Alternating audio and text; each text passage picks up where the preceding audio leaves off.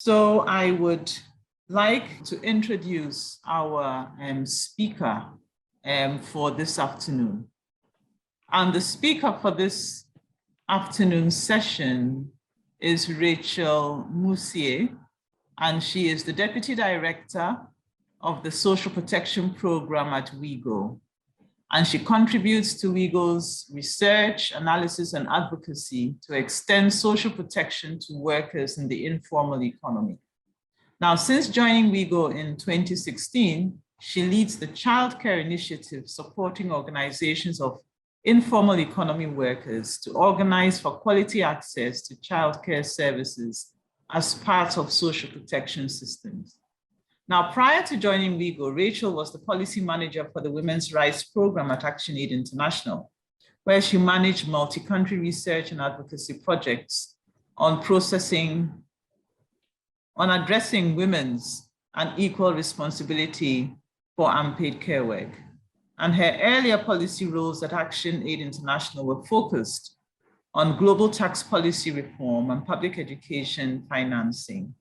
Now, Rachel holds an MSc in Development Management from the London School of Economics and a BA from McGill University, and she is from and resides in Mauritius. So welcome, Rachel, and thank you for accepting to be a presenter on this seminar. And just to say, apart from us having the interpretation facilities, we also have the chat box, and we also have the Q&A. So if you have any questions, comments, observations, I think you can put them in the chat and the Q&A. And I am almost certain that Esther is going to be monitoring both of them. So I would then say to Rachel, you've got 45 minutes to start your presentation.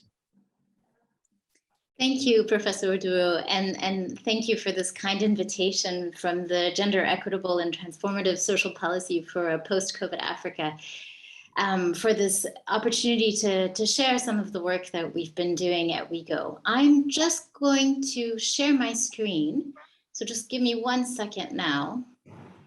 Does it work now? Yes, it is. Perfect, great. So as Professor Oduro mentioned, I'll be talking about the intersections between care and work for women informal workers and the implications for social policy. And with the time that I have, I will structure my discussion around these 4 key sections. The first is to share data on informal employment and unpaid care work for the region. The second is to provide or present an analysis framework for your consideration, to share how we've been processing this data and the statistics that we've been able to collect or drawing on national statistics. The third section will be looking at social protection as a right and as a part of the grounding of our analysis framework.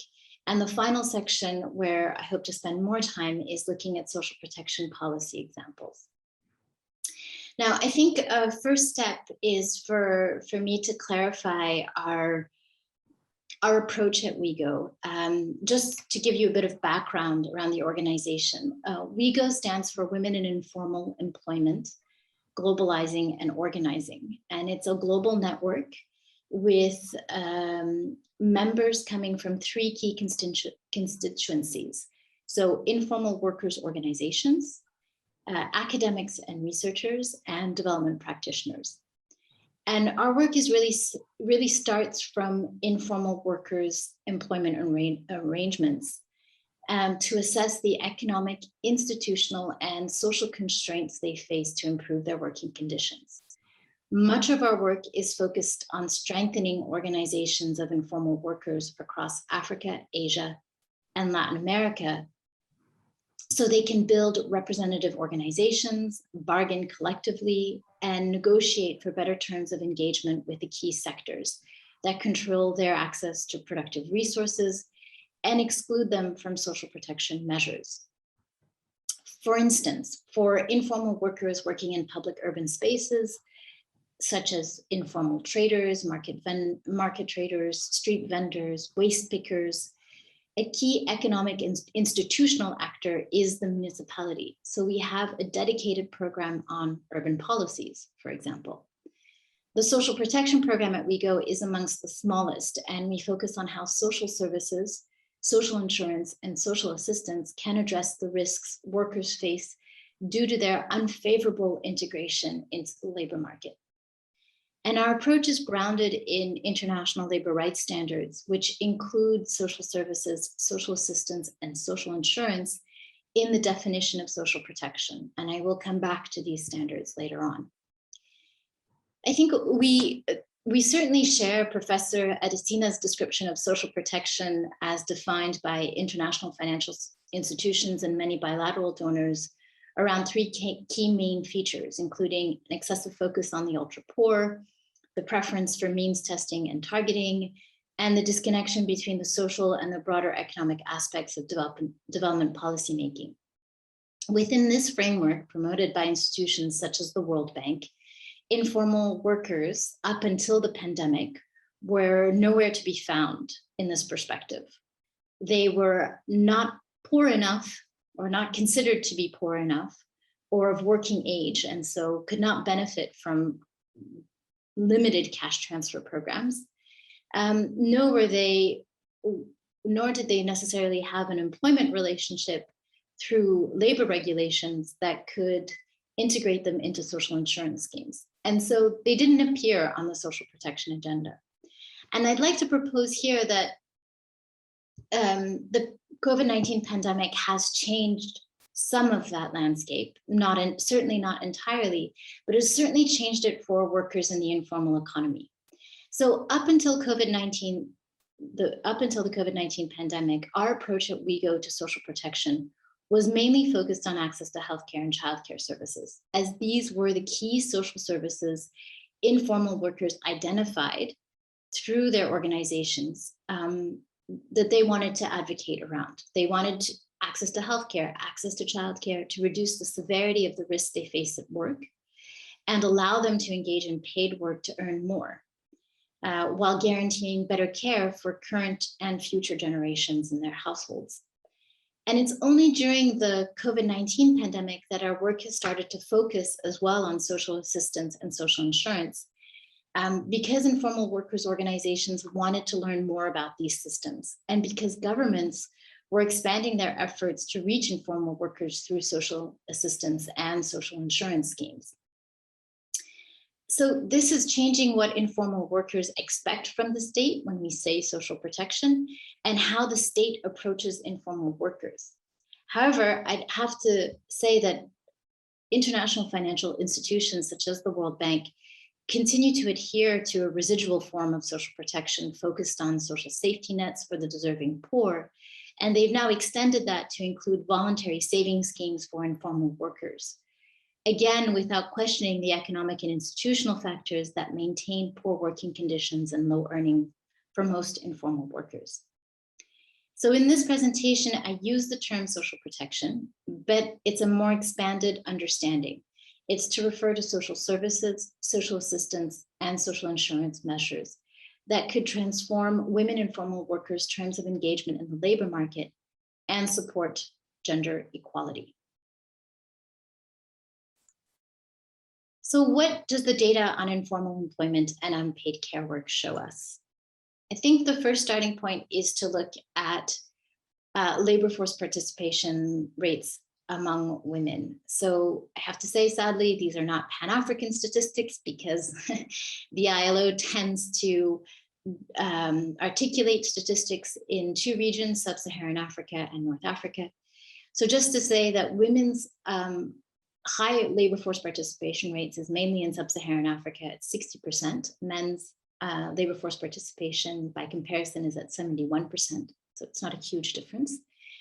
There are lower female labor force participation rates in North Africa at 23% for women and 74% for men. So a much broader divergence there. That is the number of women and men employed or working in the labor market. And what is important and striking around sub-Saharan Africa is that most countries have between 82 to 90% of their workforce in informal employment. That is by far the lion's share of the labor force. Notable exceptions are South Africa, which are characterized by low rates of informal employment. Here you can see on the table, informal employment as a percentage of total employment in South Africa accounts for only a third, 31%. And it's about, the disparity between women and men is not so great. Across all countries, informal employment represents a larger share of women's total employment than men's. So that means that of the women who are working, women are more likely than men to be working in informal employment across all countries in sub-Saharan Africa and North Africa. What's a further point, which is important to note, is the segregation, the sort of sector of work. So here it's to understand the the status of employment. So we'll see here that much of informal employment is in self-employment, and this has an important bearing on how to extend social protection, particularly social insurance, to informal workers. Self-employed informal workers include employers, own account workers, and contributing family workers. Employees are evidently in waged informal employment. What we can see here is that there's a key anomaly that I think is worth noting, is that the reason why Southern Africa is highlighted in particular is due to South Africa in part because there's a greater share of informal waged employment than informal self-employment in South Africa. So an example of informal waged employment would be a domestic worker or an agricultural worker that has an informal contract with a larger formal or informal agricultural firm company. The gender characteristics here, what we see is that women are more likely to be contributing family workers than men, and men are more likely to be employers than women. And this really challenges the women entrepreneur models that are promoted by governments and donors and financial institutions. Most women and men own account workers, representing the majority of the self-employed, will never have the capacity to employ others. They are involved in survivalist work. So just to point you here to some resources that may be useful, this national data masks important geographic variations between urban and rural areas across Africa. And to better understand informal employment from a gendered perspective in urban context, WIGO is undertaking a series of statistical snapshots in a few African countries. So we've published for South Africa and Ghana, and we're currently working on editions in Senegal and Uganda. Now let's come to the unpaid care work data. To understand the totality of women and men's work. Across the world, women do the lion's share of unpaid care work as compared to men. Unpaid care work includes domestic chores around the house, caring for household members, such as children, older persons, working age adults, and community work. And here's some data taken from time use surveys conducted across Africa that was compiled by Jacques Cham for the ILO. It uses the most recent time use data available by 2019 for the countries listed above. What's important to note here is that women have longer working days once you combine their unpaid care work and their paid work. It suggests that one possible interpretation is that heavier unpaid care work responsibilities are a barrier to spending more time on paid work, though of course women experience other barriers to access to productive resources and paid work. And then there are important variations between sub-Saharan Africa and North Africa, also reflecting the lower labor force participation rates for women in the latter. Yet even with less paid work, women have longer days than men in the selection of North African countries here. So what has this meant during the pandemic? We know that women's disproportionate share of unpaid care work has been a barrier to their access to paid work and unpaid work. And during the pandemic, we saw that we conducted a global survey in 12 cities. 4 of them were in Africa, in Accra, in Ghana, Dakar, Senegal, Dar es Salaam in Tanzania, and Durban in South Africa. And it was a longitudinal study. The first analysis was done in June and July of 2020, and the second was done in May of 2021. What I'm showing you here is just the data from 2020. So what we noticed was that 54% of women reported increases in direct and indirect care responsibilities. Direct care responsibilities refer to caring to individuals, to persons, and indirect care responsibilities relate to caring for, towards cooking or cleaning that support the care of others. And so the data skewed towards women because we looked at 4 informal sector groups. So domestic workers, home-based workers, who are both predominantly, most predominantly, they're women working in these sectors. And then street vendors and market traders and waste pickers. And what we found is that women's earnings had recovered to about 50% of their pre-COVID levels by July 2020, while men's earnings had recovered to 65% of their pre-COVID levels. And so let's break this down a little bit to show what this means and how the data interacts.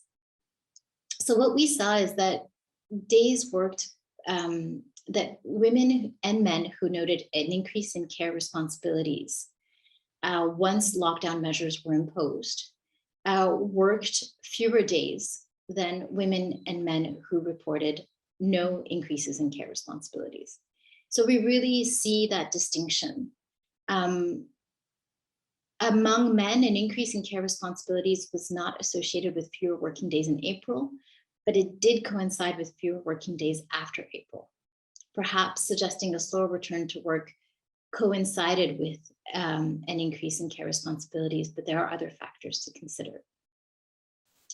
Here are some from the qualitative aspect of this work, because it was a quantitative and qualitative analysis. We have some quotes from a woman waste picker in Dakar and a woman street vendor in Durban. And you can see here the juxtaposition of having to work to earn an income, but the stress and the uncertainty due to school closures and creche closures of how to take care of their young children during this period. And the impact is very clearly seen in terms of earnings. Again, this is in April when most countries were in a lockdown period. You see that there was that women who experienced a care increase were earning less. This is correlated to working fewer days. What is interesting, though, is that in July or in June, once lockdown measures were lifted in most countries, even those men who had reported an increase in care, they had sort of returned to at least 60% or 65% of their earnings, of their pre-COVID earnings. But women were between 42.4 and 48.7% of their earnings, particularly for women who had experienced an increase in their care responsibilities. This also has implications with asset depletion. And asset depletion here refers to either strategies to borrow money, to draw on savings, to sell assets that workers in the informal economy engaged in to make up for the lost days of work and their lost earnings. And what we see here is that men and women who expressed an increase in care responsibilities were also more likely to engage in asset depletion. And this has significant implications because it means higher levels of debt. It means potentially fewer resources to put into starting a business again or re-engaging productive activity. So I think what's a key takeaway here is that Most women reported an increase in both direct and indirect care work for multiple reasons, school closures being one of them, but also more family members at home and not working, and also higher hygiene standards to protect themselves and their families from COVID. And in the sectors in which there are both women and men, street vending and waste picking, there's a clear pattern of a widening gender gap in unpaid care work. And among women, there's a clear association between an increase in care and lower earnings. It's less clear for men. And of course, the final point around the erosion of already meager savings and household assets, combined with an increase in debt, are really is a thread that we're seeing in the results of the second round of the study. So just to clarify, though we had included 4 African cities in the study, the results that I've shown are not just from those 4 African cities. They are from the 12 cities surveyed. But it does give us an indication of the trends across those cities, and we did not see huge regional variations. So let's come to our analysis framework. Some of you who know WIGO will have certainly seen this pyramid before. What we're trying to look at here is a gender segmentation in the informal economy. And this is to really convey the point that the informal economy is heterogeneous. This graphic shows the links between gender, type of employment in the informal economy, and the risk of poverty. And what we see is that women are disproportionately concentrated in the forms of employment which have a high risk of poverty. They are at the bottom of the pyramid as casual informal wage workers, industrial outworkers and home workers, so dependent contractors, or contributing family workers, most of whom are unpaid, but they are not all unpaid. And so that really gives us a sense of both earnings and risks by gender and by segmentation in the informal economy. And we take that pyramid now and we think about it in relation to a social protection framework that combines this analysis of work, breaking it down to status of employment, sector and place of work, and labor regulation, or different forms of regulation. It could also be urban planning regulations, for instance, stage in the life cycle, and gender. And this draws on the Lund and Srinivas framework, which was published in collaboration with the ILO in 2000-2001, learning from experience, a gendered approach to social protection for workers in the informal economy. And we've really tried to apply this in our research and our advocacy and work with workers in the informal economy, and have found that the framework tends to hold up, because in order to understand risk and vulnerability in the context of informal employment, as well as the possibilities for extension of social protection, we need a gendered and multidimensional approach. So this framework understands risk, vulnerability, and protection through an analysis of the intersections between work, stage in the life cycle, and gender. And risk here is important to consider. This isn't the sort of minimalist version of risk that is promoted by the World Bank, etc. But this notion of risk is that the unequal employment arrangements in which informal workers find themselves mean that risks are thrown onto them. They do not choose to take risks. These risks are imposed by where they work, what sector they're engaged in, by their gender, by the stage of their life cycle. And it sort of turns on its head this notion that women are all in the informal economy are all entrepreneurs and women entrepreneurship. Entrepreneurs take risks, yes, but they have the capacity to decide which risks they can afford to take and which they can't. But that is not the case for self-employed own account workers within the informal economy who are engaging in survivalist work. The risks, they are not choosing them, they are forced upon them. And so that's also how we come to this notion of social protection. And it also draws on a productivist arguments for extending social protection by establishing a link between workers and capital and the importance of social services to address the risk workers face in the immediate term and the long-term gains in terms of an educated and healthy labor force and a more equitable society. So I'm going to focus in this presentation around care responsibilities linked to young children between the ages of 0 to 3 as an example of how we can adapt and expand social protection to include different types of services and social assistance and social insurance measures, as well as looking at labor regulation and urban policy regulation. And this is just a very, it's just to map out during a woman's life, what are the moments in which she may be responsible for young children. And what we see is that it's across, we have siblings, particularly girls taking care of, older girls taking care of younger siblings. So it starts from a very young age.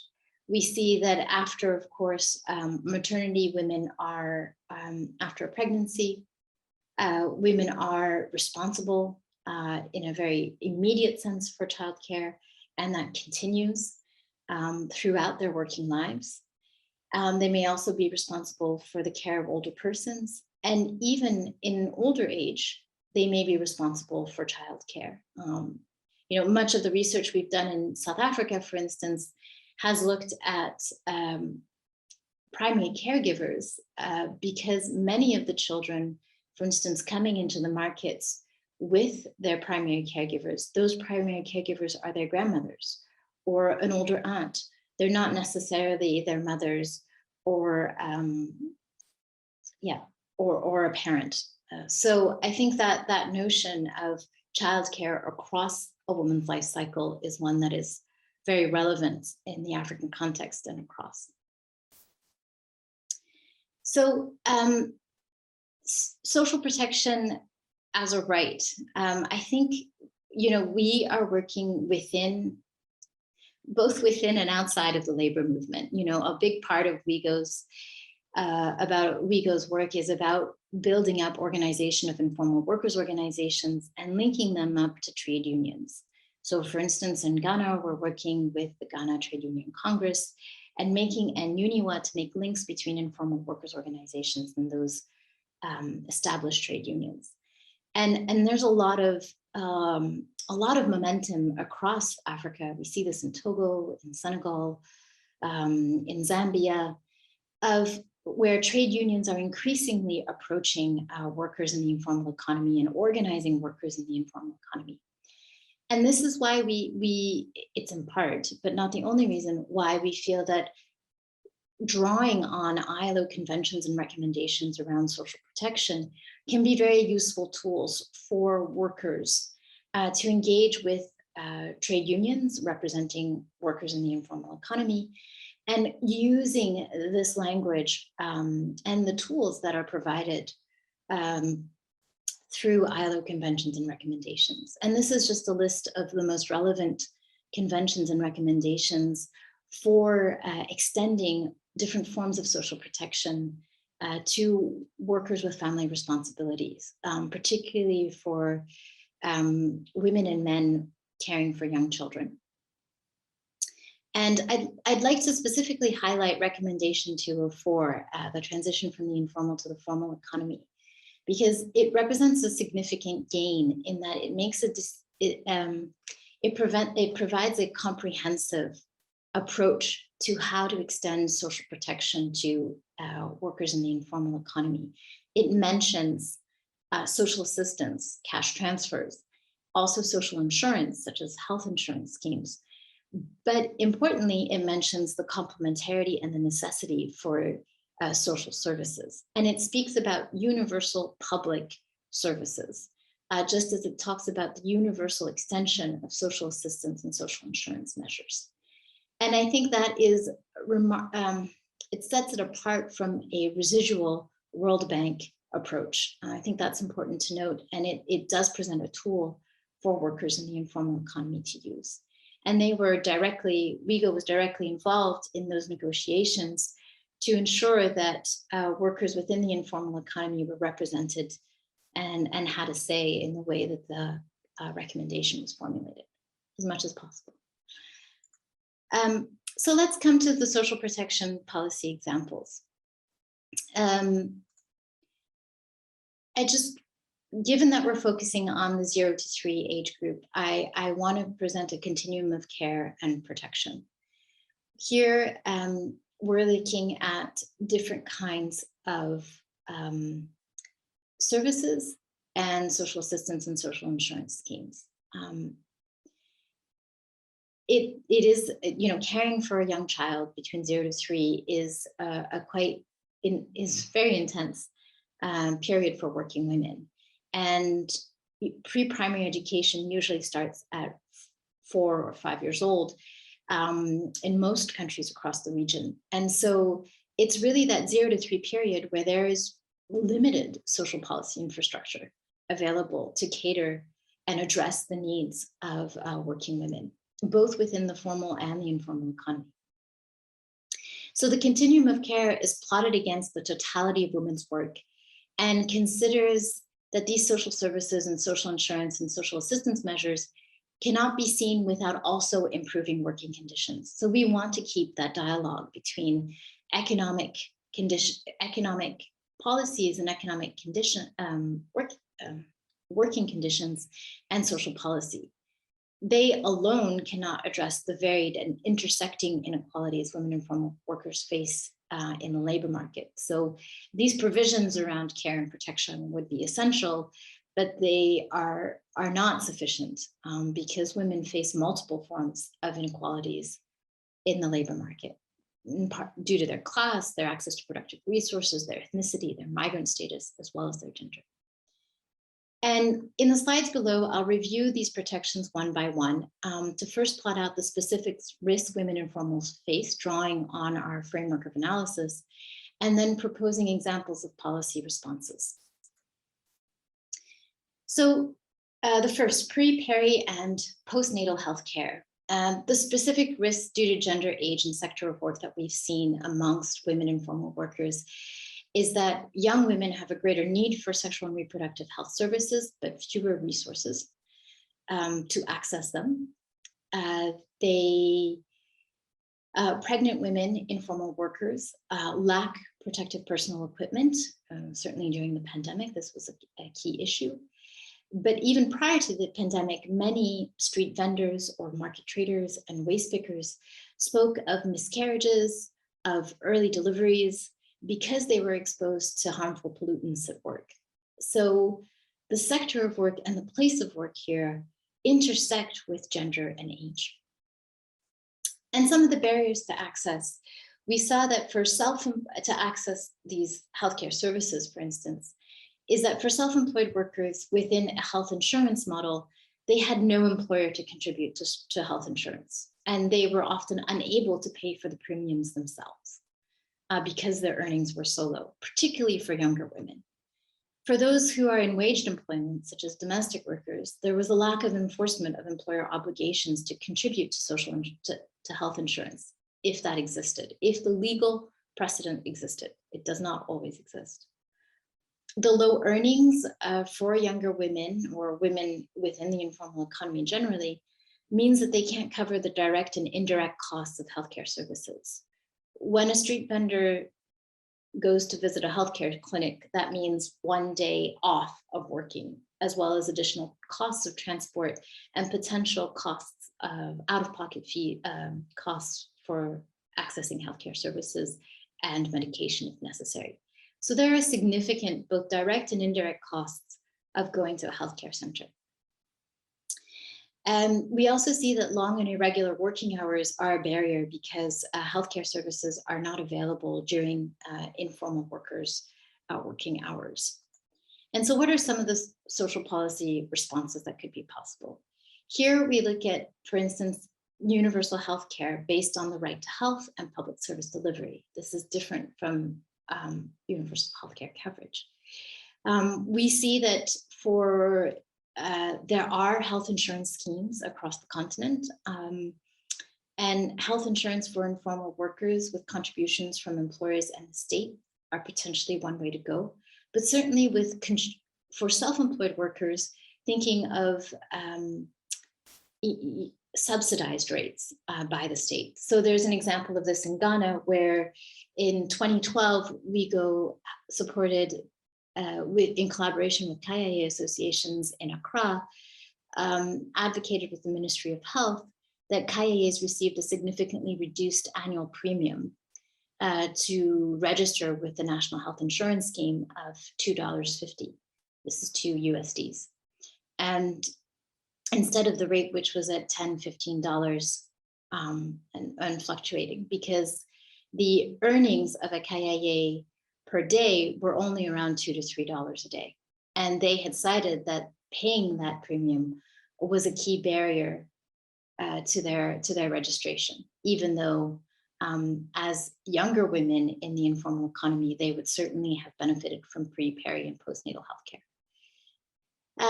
The other area is thinking about occupational health and safety. So for women in midst of, for pregnant women, thinking about how can occupational health and safety measures be integrated in informal workplaces. And we've done some work here with the WHO around how can breastfeeding practices be extended in informal workplaces, which I'm happy to speak more to later. In terms of maternity protections, we see that there's specific risks, of course, due to gender and age. There's limited, it's first and foremost seen as a women's issue rather than a society-wide responsibility. And that really limits the space for maternity protections on the social policy agenda. And so here we see that there's a limited priority given to maternity protections as a key demand within informal workers' organizations and trade unions. Priority issues such as health or pensions tend to dominate, and maternity protections, even though they may be raised by women informal workers represented in these unions, are not taken up as union-wide demands, or certainly not prioritized among the top 3. Certain barriers to access, we've seen a lack of a regulatory framework for self-employed workers and weak enforcement or no enforcement for wage workers. In Africa, there's a dominance of an employer liability model rather than a social insurance model, which would build in a component of solidarity financing. In an employer liability model, it's only the employer that covers the costs of a maternity benefit, leading to a disincentive for employers to retain and hire and retain women, particularly young women, of reproductive age. There's no protection of productive resources while on maternity leave for self-employed workers. So for wage workers in the formal economy, maternity protections would include not only a benefit, but also a guarantee that you can return to your work after your maternity leave. And that's not obviously provided for self-employed workers. And within the cash transfer space, which is crowded and dominant, there's limited policy space to consider maternity benefits because cash transfers tend to be are designed for people who are seen to be outside or unable to work. And so here are some hopeful policy responses. So South Africa's Legal Reform Commission is looking at extending a legal entitlement to maternity protections to self-employed workers, both in the formal and informal economy. So this would be a new maternity protection mechanism that includes social insurance for self-employed workers in the formal economy and a cash benefit for self-employed workers in the informal economy, potentially. It's still under discussion. We see that there's been a gradual progression towards social insurance models with employer and state contributions. We've seen this in Rwanda, and maternity cash benefits are emerging. From street vendors and market traders, we've heard this specific request to negotiate with traders associations or leaders amongst traders to protect trading spots for women workers who go on maternity leave, so that they can be guaranteed to return to that spot when they come back to work. And so that's something that we're exploring with informal traders organizations and their leaders. I'm not going to spend too much on child grants because we're coming to the end of time, and this is this is an area where there has been a lot of work already done. Certainly child grants can be an important contribution in terms of a form of protection, but they have tended to be monolithic in the way that they've been presented as a social policy measure for this period in women's lives and children's lives. And I'd say that, the key barriers to access for women in the informal economy has been means testing, categorical and geographic targeting, often in rural areas, which excludes women informal workers in urban areas. The low value of these cash transfers as compared to the burdensome registration process and the conditionalities attached to them mean that women informal workers may often not sign up to them, even if they are available. They tend to view women as a single identity, as a mother or a primary caregiver, rather than thinking about women as engaged in paid work or unpaid work, women as workers. And it tends to, conditionalities and the way that they're structured reinforce gender norms around social reproduction, where women are expected to take young children to health clinics for their visits, or women are expected to take children to school. And so it's reproducing those gendered norms.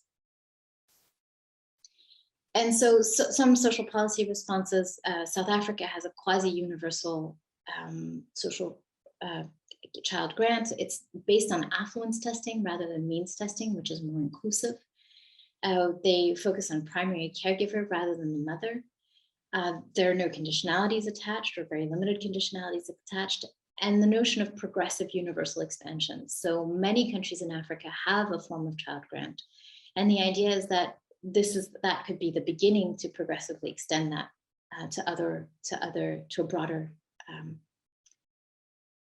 the broader society. So finally, I'm just going to talk about childcare services. Of course, we know that the specific risks are women will be more likely to forgo work or work alongside their children than men if childcare options are not available. And urbanization and migration have transformed kin-based childcare arrangements across Africa, particularly in African cities. So where there had been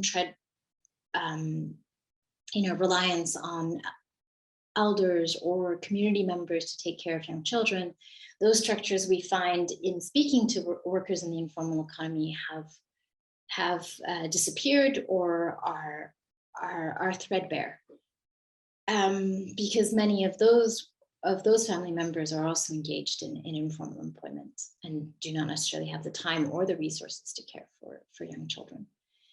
A key barriers to access when there are childcare services available is that they're often not near workplaces or informal settlements.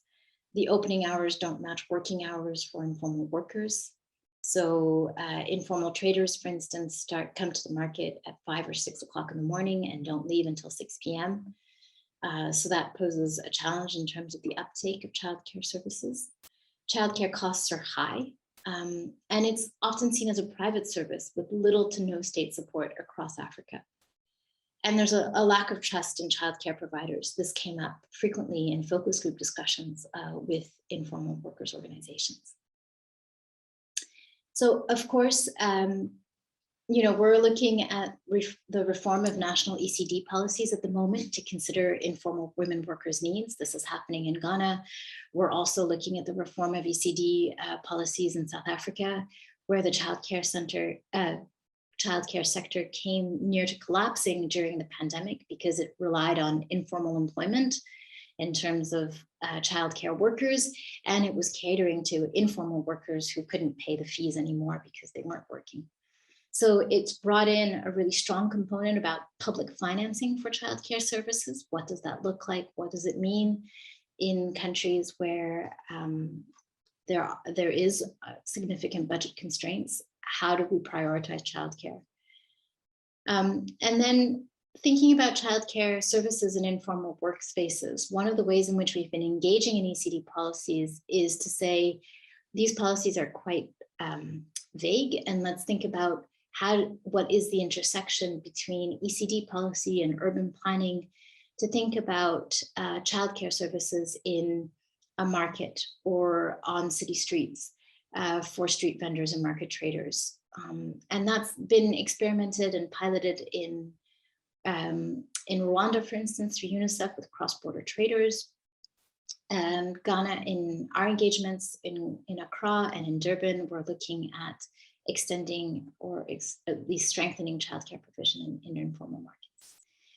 And then finally, we come at the childcare services approach also by looking at labor and social protection for childcare workers. And here we include domestic workers, many of whom are in informal employment and are providing childcare for workers in the formal economy or better off workers within the informal economy. So shifting narratives, I'd just like to sort of come here with, what is this work trying to do in the way that we've been in our framework of analysis and also in the proposals that we're presenting, is really to drive home the point that all women's work is valuable. The totality of women's work is valuable and contributes to GDP. And when social protection policies recognize the totality of women's work, both paid and unpaid work and unpaid care work, it can improve their employment arrangements and guarantee more secure livelihoods while enabling greater gender equality. And understanding women informal workers' diverse employment arrangements points to different social policy and financing levers. And I haven't gotten much into this, but when we look at social insurance for waged informal workers, we can think about how can employers and the state contribute to social insurance schemes. There's more on that for self-employed workers, but I don't have the time to go into that. And just this is my last slide on just thinking about social policy and activism. And what's needed in the region, few countries actually use the ILO classification for informal employment. And so the data on informal employment is quite mixed across countries. Thinking about promoting time use surveys and the value of smaller targeted quantitative and qualitative surveys in cities and rural areas to better understand the intersections between social reproduction and production. I've alluded to legal reform, and I think this is space for greater work around recognizing informal workers and labor and social security codes. There's a forthcoming AU protocol on social protection, which may create some opening. And our broad perspective around social protection means that we are engaging or intersecting across a varied array of policy spaces, from engaging with the early childhood development community, women's rights and gender equality, with the women's rights movement, feminist movement, social protection experts, healthcare provision, labor regulation, and urban policies. And finally, it's about drumming up support, making this an issue that is owned by the movement of workers in the informal economy, trade unions prioritizing social protection measures to redistribute women's unpaid care work, and secure better terms of engagement in the labor market, building women's leadership within the labor movement, and building cross-class solidarity among women workers. So thank you very much for your time and your attention. I really appreciate it. I forgot to mention at the beginning, je parle aussi français, donc je suis tout à fait prête à prendre vos questions en français et à répondre en français. Je m'excuse, mais je ne pouvais pas faire cette présentation en français. Je l'ai préparée en anglais, mais tout à fait prête à prendre vos questions en français si vous le souhaitez. So over to you, Professor Duro. Thank you. Thank you very much, Rachel, and thank you for this very informative presentation, particularly looking at the continuum of care across the life cycle. And what I particularly liked, I think, was on your last but one slide, where you mentioned that social protection policy must recognize the totality of women's work, paid, unpaid, and unpaid care work. It's going to be a bit of a challenge, but I think it's something that is worth flagging and worth pushing. And so thank you very much. I'm going to open the floor now to questions and comments, and we already have 3 questions in the question and answer box. So I'm going to begin with a question from Nkechi, which says, did you get a sense of whether the presence of older children in households ease domestic work and care burdens for women? Do you want to take that? Yeah, sure. Nkechi, thank you for that question. So unfortunately, our survey didn't look at that because we couldn't, it was quite an extensive survey already, so we couldn't go into it wasn't just focused on the unpaid care work component in relation to the paid work component. So, but I would really recommend looking at the work that was steered by Sarah Cook when she was at the UNICEF Innocenti Center. She had done some work, had led some work there on sort of unpaid care work for girls and the impacts on education, on uptake of sexual and reproductive health services. So I think there's a lot of useful data there. It's not in relation to informal workers. So it is limited then to sort of just looking at unpaid care work amongst adolescent girls. So, but it is clear that that does contribute, that it did contribute to, there was a reliance on, there was a greater reliance if women were in work. I think that is something that can be said. But again, that could be unpaid work in terms of agriculture. It doesn't, as a smallholder farmer, it doesn't necessarily have to be paid work. Okay, thank you. The second question is from R. Foley. Did you observe any differences between informal sector workers in the rural versus urban areas?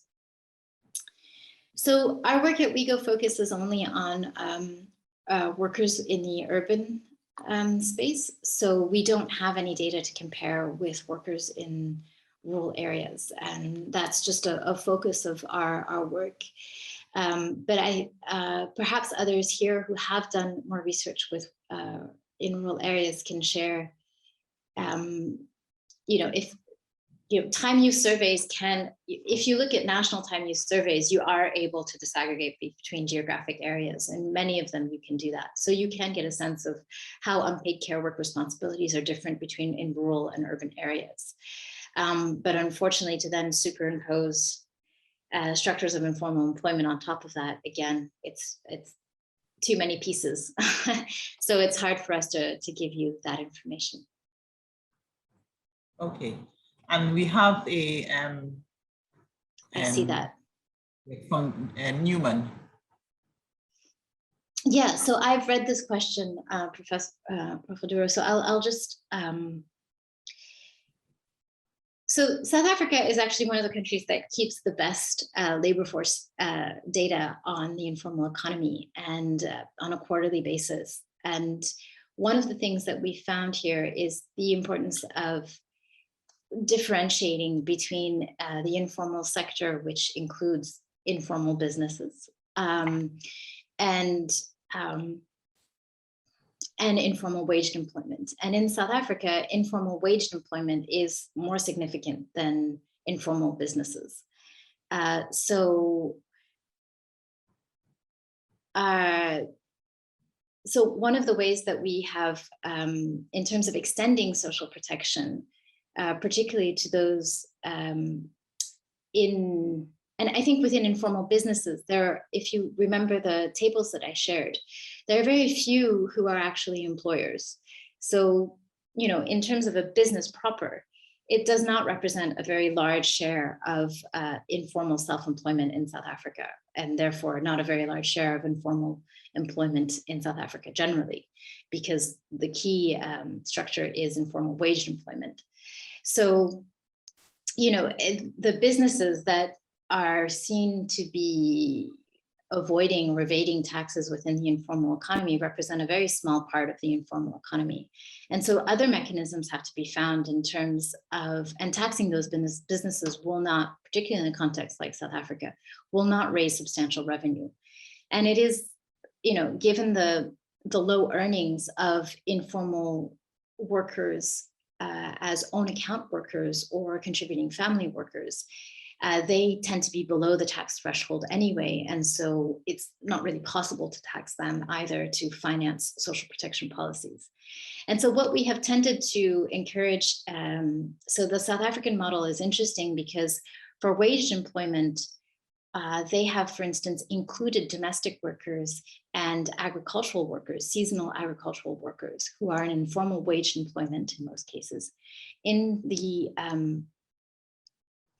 unemployment insurance fund. And that's a fund that mainly covers formal workers. And so there's a cross subsidization there that happens naturally between those in the formal economy and informal wage workers, particularly domestic workers and seasonal agricultural workers. So that's how that unemployment insurance fund is financed. And that's how, for instance, maternity benefits are extended to domestic workers. It's through that cross-class subsidization and cross-class solidarity. For self-employed informal workers, there's a lot less available in South Africa. And that's hence why I mentioned this review of the maternity protections for self-employed informal workers and self-employed workers in the formal economy. But I'd say that thinking about tax revenue collection, moving it away from taxing the informal economy to thinking about taxing multinational corporations who are avoiding and evading their taxes, removing tax incentives for polluting industries or for petroleum and gas extraction, mining, in the mining sector, for instance, are more progressive ways of financing social protection and financing public services in particular. So I would, we are very wary of the proposal to tax the informal economy in order to raise funds for social protection. We find that where there may be a contributory capacity amongst workers in the informal economy towards social insurance, that contributory capacity is limited, particularly among women because of their segmentation in the labor market.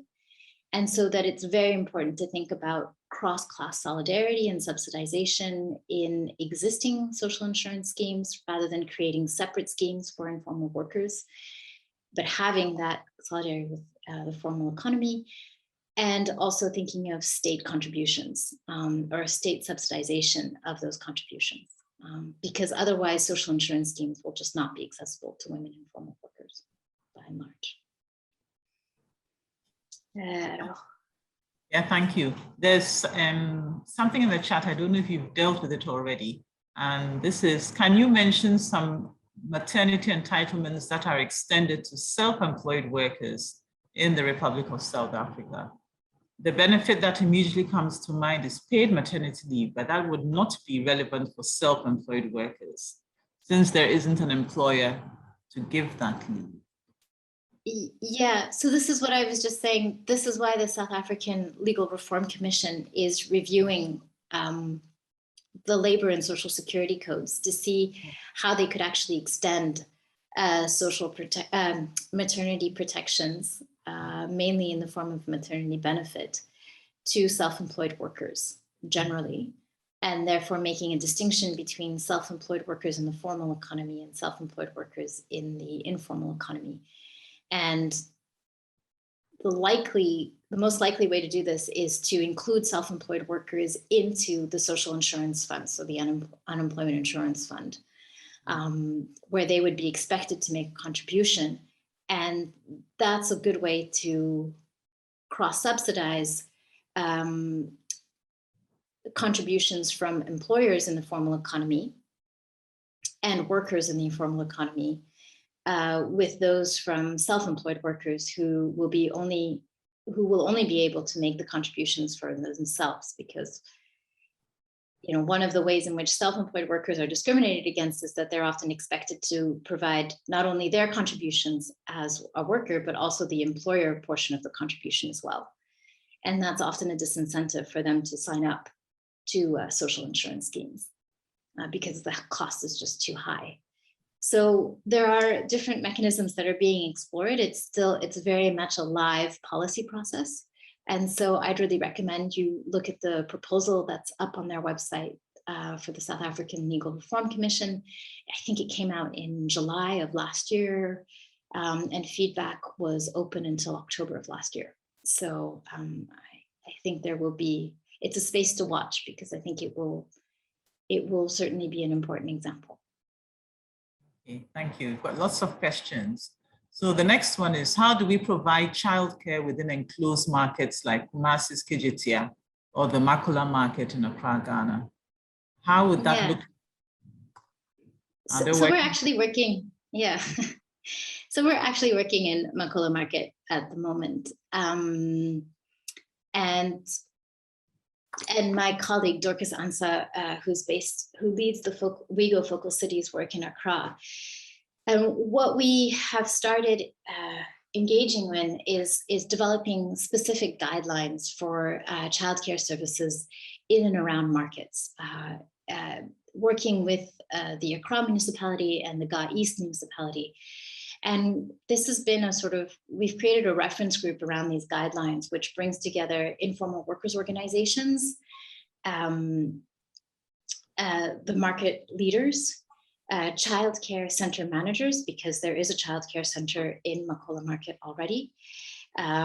There's a few in and around Ga East, the Ga East markets, and as well as, so KIA would be included in the informal workers associations, as well as street vendors and market traders, recognizing that there are hierarchies of class there and that there are different needs, and as well as engaging with the director of social development at the municipalities, in both municipalities, and engaging with the Ministry of Gender, Social Protection, Gender, Children, and Social Protection. So that's been one way of trying to take the example of Makola and Ga East and develop a set of ECD guidelines that would make it, that could then inform national level policies that could be implemented elsewhere. And we raised some of the concerns that I raised in the presentation around opening hours, around financing. How would they be financed given the low earnings?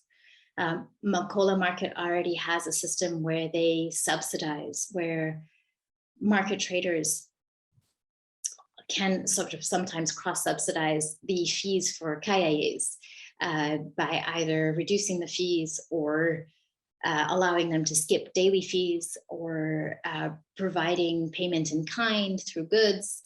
So there's lots of mechanisms that are already in place, and thinking about how can those become part of a broader policy that could be applied to other markets and other spaces. So that's something we're looking at.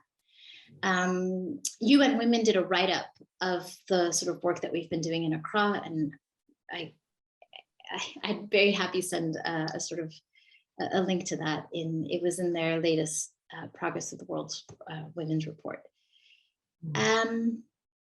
There's some contributions in French in the chat. I don't know if you'd like to. Yeah, let me address those. Donc la question c'est, pouvez-vous mentionner certains droits de maternité qui sont ah non, ça c'est, we've already addressed that one, sorry. Donc la question c'est de Nom Rose de Lima SO.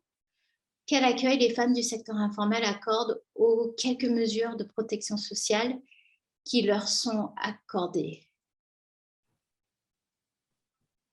Alors, en fait, ça dépend beaucoup du pays. Ce qu'on voit, c'est que elles reçoivent très peu de mesures. Elles reçoivent très peu de mesures de protection sociale en ce moment. je vais parler de mon contexte. Je suis mauricienne. Alors, je sais que ici, à Maurice, nous avons une pension alimentaire qui est une forme d'assistance sociale. C'est universel. Et ça, c'est la seule forme de retraite des travailleuses dans l'économie informelle. Et c'est aussi la seule forme de retraite des femmes qui n'ont jamais travaillé de leur vie ou qui ont eu multiples interruptions pendant leur vie de travail. Donc, en fait, elles ont cette pension alimentaire, pardon, pas pension alimentaire, c'est une retraite universelle d'assistance, qui est une forme d'assistance sociale. Et cette retraite est complètement essentielle à leur sécurité dans leur vieux jour. Donc, je pense qu'il y a vraiment une appréciation en cas de Maurice, parce qu'elles n'ont pas droit à d'autres formes de protection sociale. Donc, elles n'ont pas droit à un congé de maternité ou une assistance pendant la maternité. Elles n'ont pas droit à une assistance de chômage. Et donc, c'est vraiment centralisé autour de ça.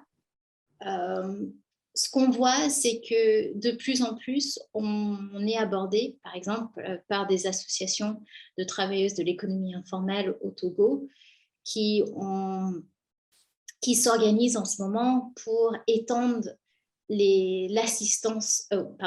l'assurance sociale à des travailleurs et travailleuses de l'économie informelle. Et donc, c'est un processus à travers une collectivité de syndicats et de travail qui représentent des travailleuses et des travailleurs de l'économie informelle pour se mobiliser autour de l'extension de cette politique qui a été promue d'abord par le gouvernement, mais jamais mise en œuvre. Donc, on voit qu'il y a vraiment une demande, je pense, et une valorisation de ce type de protection.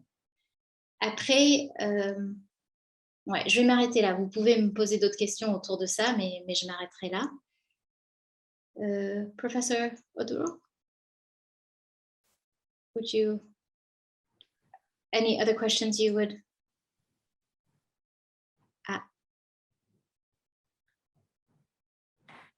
Okay, we do have more questions in the box. I'm going down as I see them. And so from Cheryl, we have there are internal and external migrant workers who provide care services in many parts of Africa. Are there policies in SA to protect them from the various forms of abuse by their employers?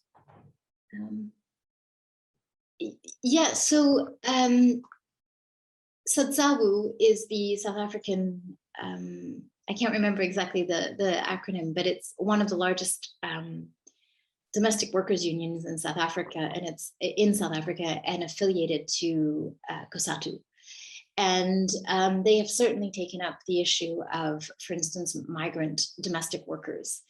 And of course, I understand that your question is more focused at care workers, but I can only speak to the issue of domestic workers in this case. And so there have been significant attempts by SADSAWU to put the issue of migrant domestic workers onto the policy agenda. And for instance, to register, so encouraging the registration of domestic workers, whether they are migrants, internal or external migrants, to the unemployment insurance fund has been certainly something that SADSAWU has been calling for, as well as calling for the access to the COVID-19 relief measures under the the unemployment insurance fund, which were proposed in 2020. Though there was a measure that was proposed for domestic workers, they were unable to access this in many cases. Online registration was complicated. Calling in for support didn't work. And what was important here is that it did not depend on employer recognition of the domestic worker. So one of the challenges with the unemployment insurance fund in its original design is that it required the employer to recognize the domestic worker and it had to be, that's fine, but it had to be instigated. The registration process had to be instigated by the employer. And that created a problem because the employers often didn't register domestic workers, and this was particularly the case for migrant domestic workers.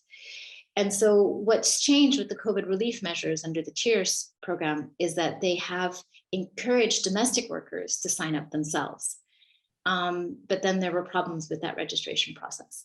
But that has actually flipped the discussion on its head, and we hope will provide more protections in the future, because it's around domestic workers identifying as domestic workers and not being dependent on their employers to register them.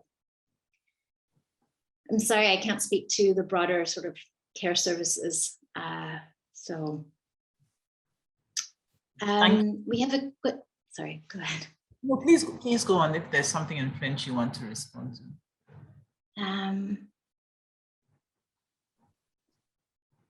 I don't see any other questions in French, but maybe I'm missing something. Something has just come up.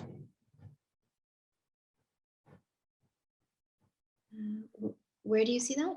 In the chat box. Ah oui, d'accord. Okay, I see it. Est-ce qu'il y a dans votre contexte un système indépendant de l'employeur ou individuel de cotisation pour la retraite, même pour des travailleurs libres, indépendants ou informels, comme il est le cas au Cameroun depuis plus d'une dizaine d'années? Alors, oui, on voit des modèles de systèmes indépendants de l'employeur ou l'individuel de cotisation pour la retraite. Et par contre, ce qu'on voit, et là c'est le grand débat, c'est on voit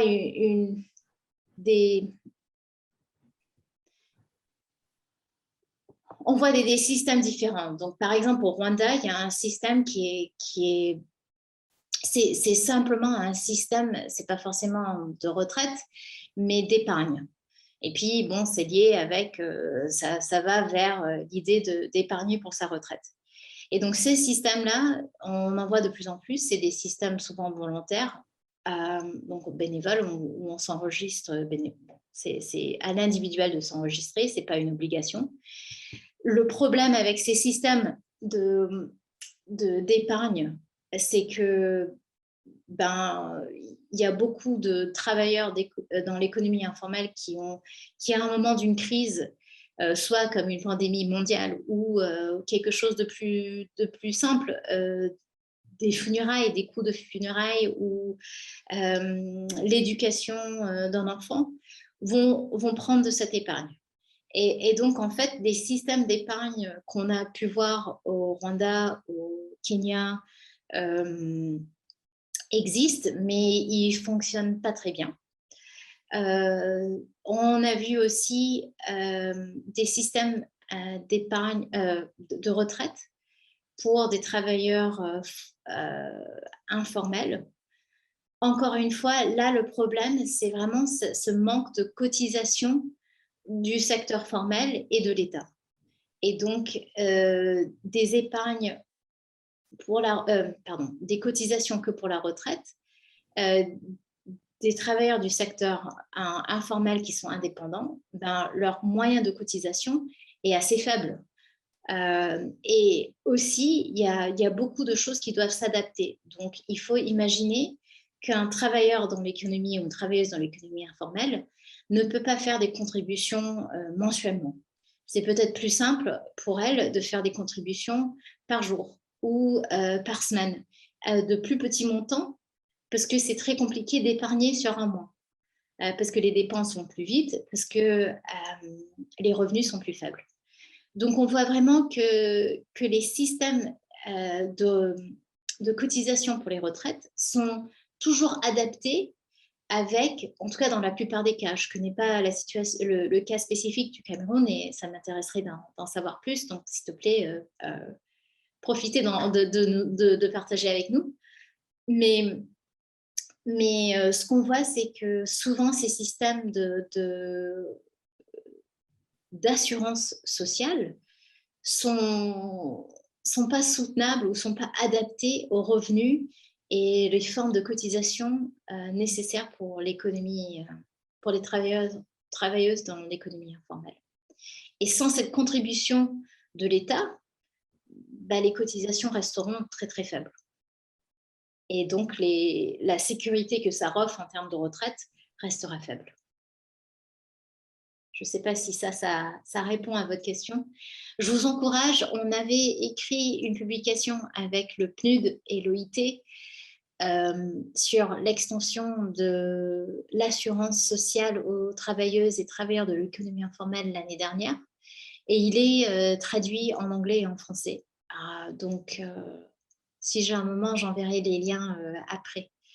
Mais il existe. Donc, on a exploré un peu ces systèmes de cotisation pour les retraites et cotisation pour la santé aussi. Okay, thank you. So we have a question from how can women in policy-making positions contribute their quota in ensuring that rural women are provided with the support to bridge this gap? I'm not sure I'm really best placed to answer that question, partly because of our focus in urban areas. And I would suggest that perhaps others who are online could maybe try to answer that question by typing in an answer. I'm not well placed. Yeah, so apologies, Gifty, for not being able to do justice to your question. That's fine.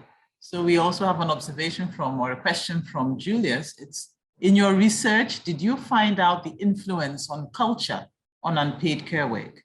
In many parts of Africa, the women take up these unpaid work, mainly domestic chores, as a natural role and responsibility.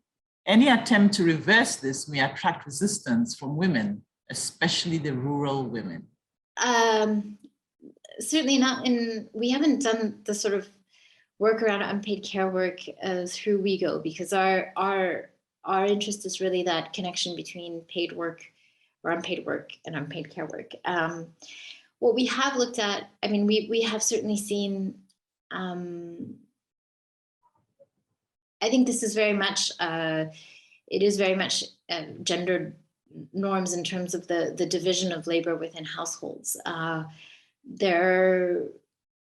When I was at ActionAid and we had done some research on unpaid care work, looking at rural areas in Uganda and Ghana,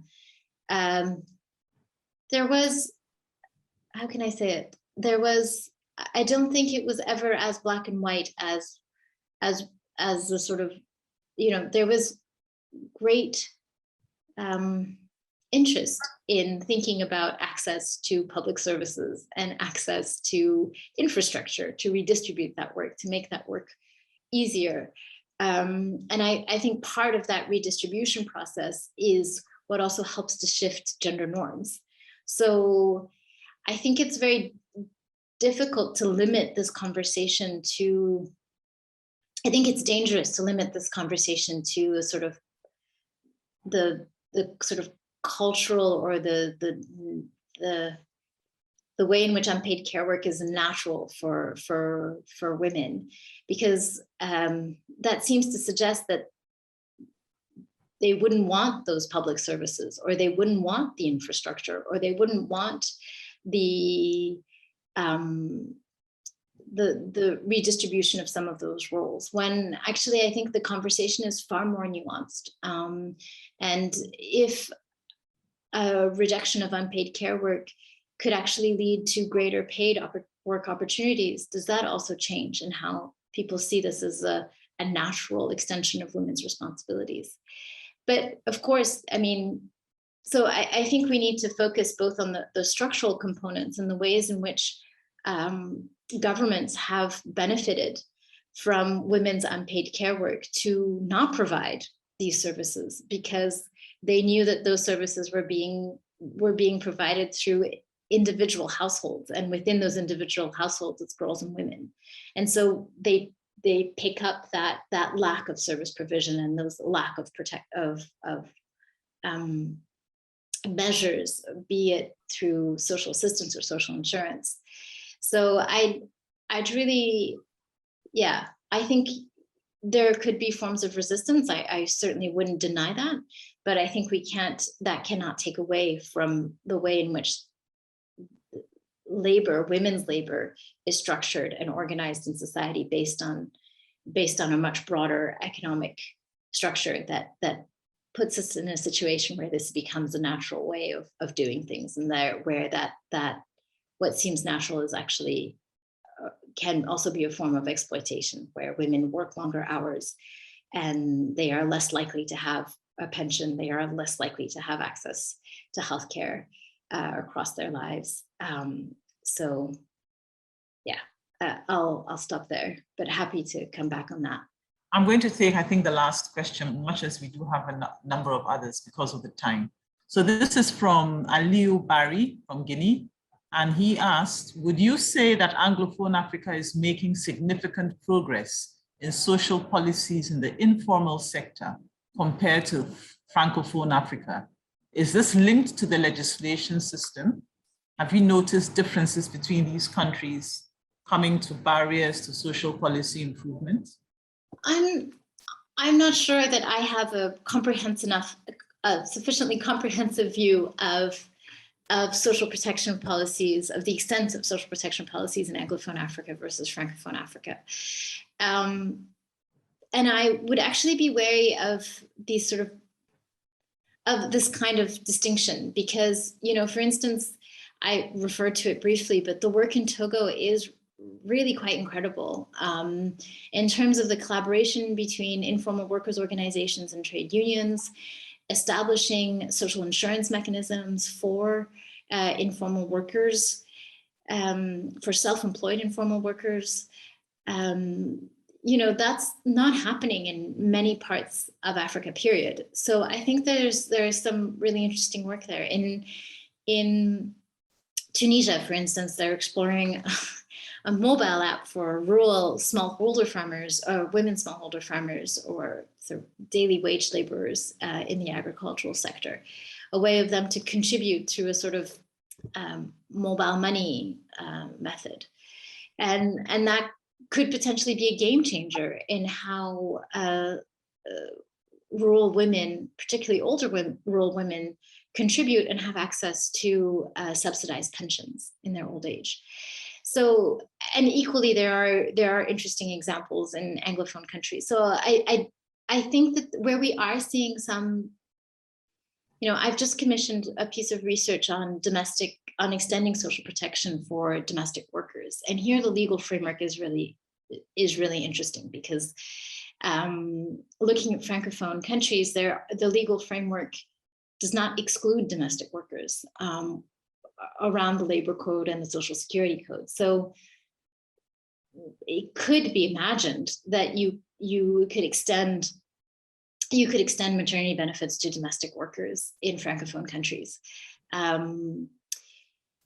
While in some Anglophone countries, domestic workers are not even recognized in the labor code. So I think it's really hard to generalize across the two, because there are promising examples across the board, and different ways that those colonial histories, in terms of the legal frameworks and the social protection or the social security institutions that have been left behind and then built on or transformed, offer opportunities or pose constraints to the extension of social protection. And yeah, I'm not going to come out and say definitively either way. So apologies if that answer is not satisfactory, but I'm not going to take the risk. There are encouraging examples across the board. Okay, thank you, Rachel, and thank you to all who have participated. It's now 3:27 by my watch, and we are supposed to end at 3:30. So I'm sorry that we've not been able to address. I see two remaining questions in the Q&A, and I think there were two questions in the chat. So I do apologize for not being giving Rachel the opportunity to respond to those questions. So thank you all very much. This is to let you know that there is going to be, the webinars are regular features of GetSPA. And so do look out for the next webinar that is going to be held. I don't know whether Esther has any information on what the next webinar is, but definitely we will get in touch with you the same way in which we were able to reach you to attend this one. We will also get in touch with you with respect to the other. So thank you very much, Rachel, for this very interesting webinar presentation with lots of useful information and food for thought, and for your responses to the questions that were posed. And once again, thank you to all who responded to the invitation and joined us this afternoon. So Esther, do I hand over to you for any further housekeeping? I think we are done with the housekeeping, Prof. Okay, all right then. So thank you all, and then have a good rest of the day.